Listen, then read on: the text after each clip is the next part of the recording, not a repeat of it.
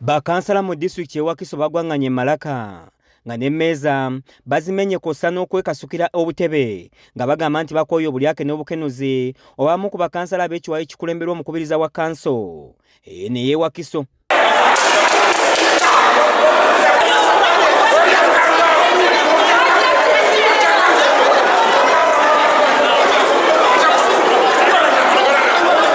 Bano nga bakulembedwa mu kansala Sato Cyrus balumbye omukubiriza wa kanse Najja Nasifu n'okumuggyako omuggo nga bagamba nti kanse mulemye nga ye kansala Kasato afubutudde abatekiniko bonna abadde bakyesigiriza n'awamba akadde ka kanso wakati mu bukambo bw'amaanyi era neerangirira ku ky'omukubiriza wa kanso omujja.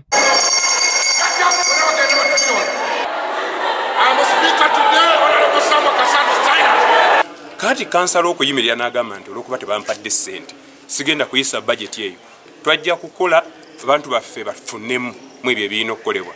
Poliisi okuva e Wakiso eyitiddwa bukubiri okutaakiriza embeera ebadde emaze okusajjuka nga bano bakira bakutte emigemera wala era nga balabiddwako nga batwalaganya bakansala emisinde nga balagira okufuluma ekisenge kya kanso ekibajje mu mbeera ne basambasamba emmeeza kosa n'okwekasukira obutebe nga nabo balabiddwako nga beekukumye.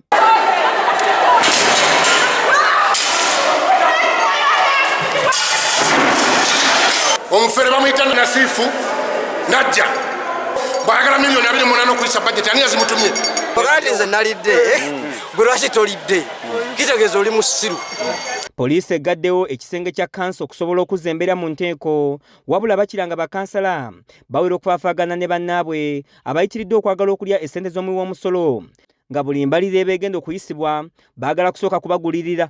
Nja kufa n'omuntu ngenda kufa n'omuntu yakubanga Wakiso erimu abalyake n'abali b'embuzi omuntu wawansi atola ssente dana batula mu kukula tetujja kukkiriza mulundi gwakubiri bajeti yasooka bagiryamu ssente neno bagiriddamu ssente sipiika ayina akakundike banange kimala tukoye sipiika okulya ngusi. Wakiso Nasifu Najja asusse obufere buli kimu akifera bufezi.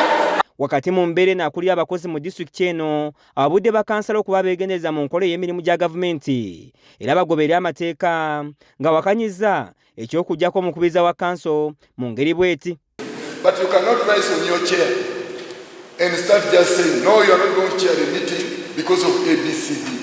Very soon I'm going to organize a retreat to Rieko. We should evaluate what we have gone through since the Kasenyi retreat.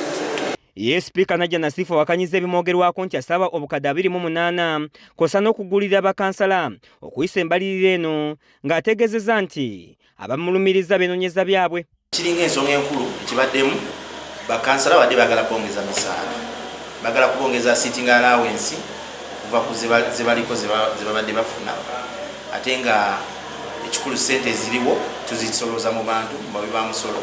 Embeera eno erese ssente wa disitulikiti y'e Wakiso bwanika nga talinnya ng'alabiddwako ng'awoyawoya bakansala bano basobole okuyisa embalirira nga n'oluvannyuma kansa ezzeemu okutuula era embalirira y'omwaka 2023-2024 n'esomebwa minisitule y'ebyensimbi mu disitulikiti eno nga ye Bettina Nantege nga ya buwumbi 99